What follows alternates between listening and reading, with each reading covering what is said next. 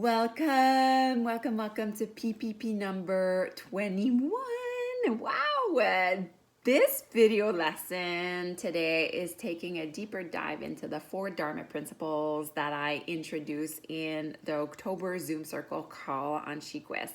So I went over my notes and I want to take you through each of these principles that my teacher, T.S. Little, really put at the forefront of this training I'm doing with him right now. It's a sensory awareness, therapeutic kind of yoga. So I'm really excited to be taking this training with him just because I have the biggest crush on him. Don't tell my husband. But he's been one of the only yoga teachers that's been able to merge art and symbols and visual imageries into the practice. So principles are from one of 3 jewels, of the Buddhist teachings. They're like Buddhist texts.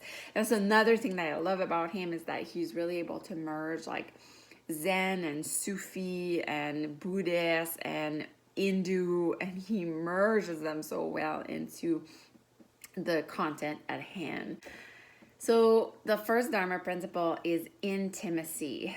And it's the first probably because it's the most important one, but it's something at SheQuest that we've used the language around being close to our things, right? Like bringing all our fragmented piece, whether that be the power piece, the body piece, the voice piece, and bringing those close, so close that you're so intimate with it.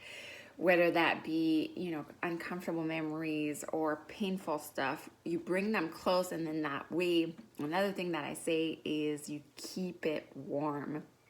And the more that you are, intimate with that, so the more you get to know yourself, your personality, your body, and to fluctuate within, the season. We are such in a culture, everything is bam, bam, bam, and quick, and there's no flavor of, real intimacy. And it's not just like intimacy. And I love that intimacy as like, for me anyways, I have this connotation like with sex almost. But when you think about sex, it's really, complete symbiosis, it's complete connection. Big, intimacy goes with like that big permission to feel. And I love these 3 words too. This motto really, permission, passion, peace, which are like basically what I titled this video lessons for. But like passion, permission, peace, like that for me is like the ground of so much. And intimacy makes me think of that word permission. It takes great permission to be intimate with your body. It's a great permission to be intimate with your thoughts and with your breath, To remember, it really starts with what lights me up, what I love.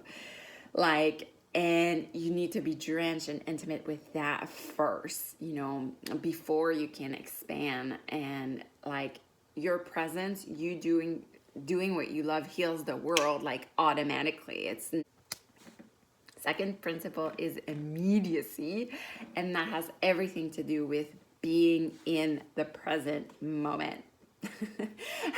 And like not thinking about what's gonna happen, and then not thinking about what's happened in the past, like being here, right here and now, and the immediacy. And I'm gonna take this a step further and talk about the urgency of that, how we need like to be here, but to be like fully here.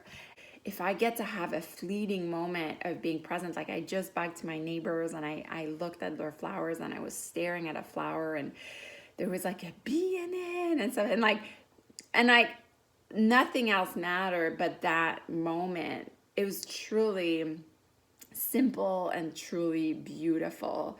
And to again, you need intimacy. It's almost like the first gate, for that. I need to be open to the world, open to nature in that case, to be like immediately in it. And again, for me, that word has a sense of like urgency. All right, the third principle is my all-time favorite, and it's spontaneity. And that wasn't really important for SheQuest as well. it's that awe aspect. It's like the showing up empty from last month, you know, with no expectation, a sense of surprise, a sense of playfulness, a sense of exploration. That's really, for me, that quest, you know, that word really has a lot to do with spontaneity.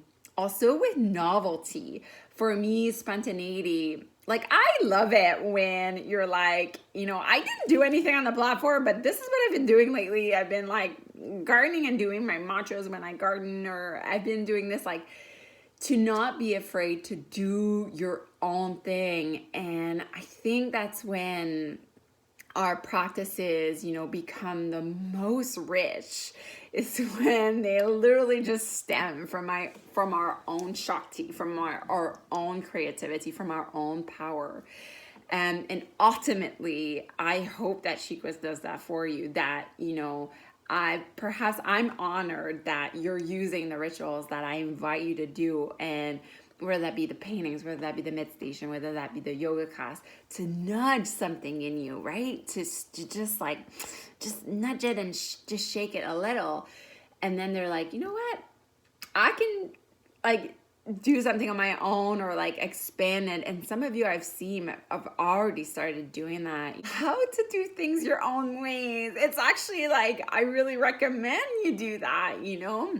And that's a lot of what this training is about. It's like you're allowed to make up yoga pose postures, and you're allowed to do forms that like feel good and they don't make sense, but like they feel good, like do it. And that also stems from like, I'm allowed to feel good. I'm allowed to feel pleasure.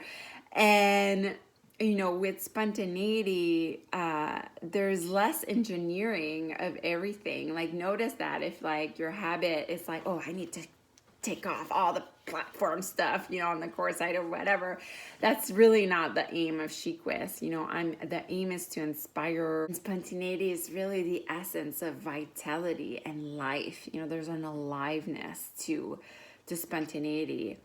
And the last thing, you know, that I mentioned is, again, it's like, stop being confined by what you know. You know, sometimes like spontaneity, it's like, I'm okay with not knowing things, and in that way I can be surprised. But if I know everything, then there's nothing to be surprised about if I know everything, you know. Look at that from that lens. But spontaneity for me, it's like one of my the most favorite principle for sure. Okay, and the last one, and again, like, I've never heard any yoga teachers talk of this through these principles, but it's called the obvious. It's called seeing. It's called looking. And in the Sanskrit, it's called vipassana. And again, looking at what's there and looking at what's not there, but there. So the form, it's a constant dance of the form and the formless. If I take really seeing my breath, so I need to be intimate with my breath. Our first principle, I need to be immediate in the moment. It's really hard to know your breathing if you're doing it 10,000 things at the same time. And there's a sense of surprise and spontaneity, because every breath can be a new breath if you let it. It is a new breath. And so, but looking at my breath, so okay, I inhale, I exhale, that's great. But notice, is there a texture to your breath? Is there a sound to your breath, right? It's kind of like looking at a painting, and then you go like closer to it, and oh my God, there's like bumps into it. It's like little bubbles into it. So it's really this sense of widening your lens on what you're seeing, which essentially is what we're doing at Shequest, right? So that's the 4 principles, Dharma principles, that can really help you like propel, you know, your quest here in what you're doing. And these are great questions. Like, you can literally, like, you know, ask yourself like every day, like, am I being remote here? Am I dissociating? What's my quality of presence like, you know? And I find, because so much of everything is online now because of the pandemic and we're not going out as much, the quality of my presence really has dropped almost, because there is this kind of, window virtual that's like, not the same. So it's almost like I tune out. And watch that, like just, okay, what, for me it's that, but for you maybe it's like, something else. Like, is there, like, oh, for me it's spontaneity, like I walk around like I know everything, and I don't know, so pinpointing, usually there's one we love more than others, so those are great, principles to kind of interact and study about.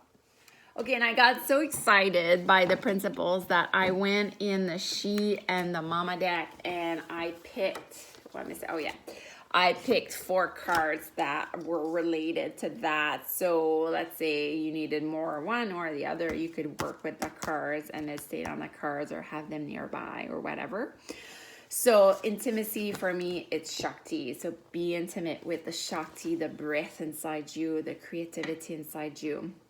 And really what lays dormant, and that intimacy really wakes it up, to be intimate with your body wakes your body up. To be intimate with your thoughts, wakes the thought up. But intimacy takes effort. And as much as we are trying to, like, we're not looking for like go, go, go and like hard.